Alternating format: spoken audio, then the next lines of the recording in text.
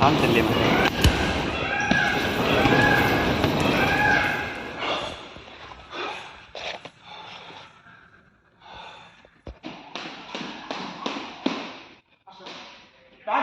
Back pain பண்ணிட்டு போது அதிகமாக மூச்சு வாங்குது மாஸ்டர். ஒவ்வொரு பஞ்சுக்குமே பயங்கரமாக மூச்சு வாங்குது.